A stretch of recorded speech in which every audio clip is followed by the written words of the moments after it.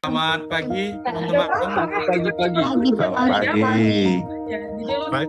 Jadi untuk pembahasan kita kali ini, di sini kita ada dapat berita masalah kantor BPN Berun tidak loyal terhadap publik. Jadi dalam berita ini, BPN Berun tidak loyal terhadap publik ini banyak eh, permasalahan-permasalahan yang terjadi. Ini seperti isu, salah satu contohnya pembagian sertifikat Prona atau dalam bahasa sekarang ini PTSL yang tidak merata di kantor BPN Birun. Jadi sebelum kita ke pembahasan, saya ingin bertanya dulu nih ke Nugroho Widiantoro. Kira-kira kira-kira menurut Nugroho apa sih arti dari loyal? Baik, terima kasih Mas.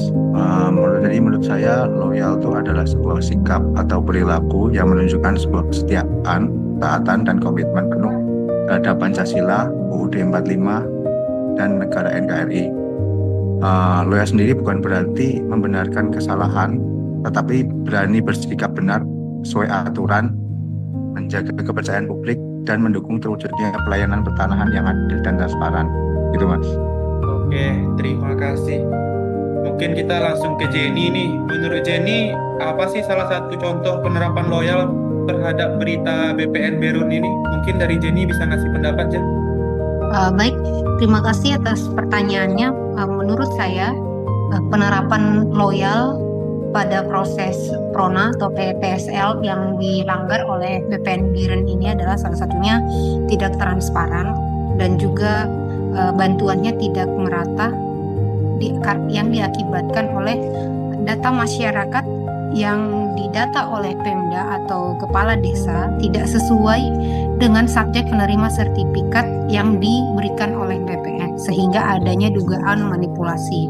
Oleh karena itu, sesuai dengan panduan perilaku loyal yakni menjaga rahasia jabatan dan negara, maka seharusnya informasi pribadi yang diperoleh dari Pemda atau kepala desa harus dipergunakan dengan bijak oleh BPN Biren sehingga penyaluran sertifikat gratis ini tepat sasaran.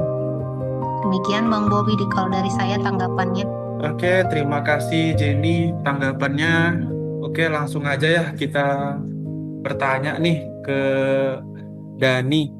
Mungkin ada dan kejadian serupa yang terjadi di kantah yang kamu jalanin sekarang atau satker kamu sekarang. Mungkin dari Dani bisa ngasih penjelasan mengenai hal ini. Terima kasih Bobi pertanyaannya. Jadi sejauh ini yang saya ketahui Kantah Kabupaten Jayajaya sudah melakukan tahapan untuk pekerjaan itu sesuai dengan aturan ya. Dan saya tidak menemukan ibaratkan kesalahan di dalam itu.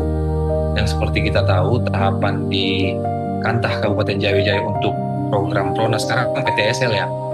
Itu ada perencanaan, penetapan lokasi, pembentukan panitia, penyuluhan, pengumpulan data fisik dan yuridis, pemeriksaan tanah, pengumuman data, penerbitan keputusan, dan pembukuan sertifikat hingga penyerahan masalah. Sampai sejauh ini, itu sih yang diterapkan kantor Kabupaten Jayajaya, kantor Kabupaten Jayajaya seperti itu. Mas Bobi, saya kembalikan. Oke, singkat, cepat sekali Mas Dani. Ini pertanyaan kita yang terakhir nih.